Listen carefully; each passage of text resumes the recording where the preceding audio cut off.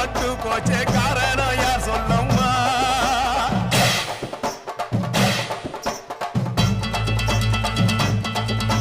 சாத்தோடு கையில் சத்தம் முழங்கிட தாயேனி பொங்கிடம்மா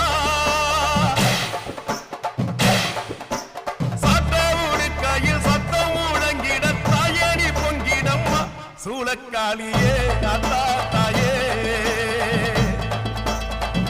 சூளக்காளி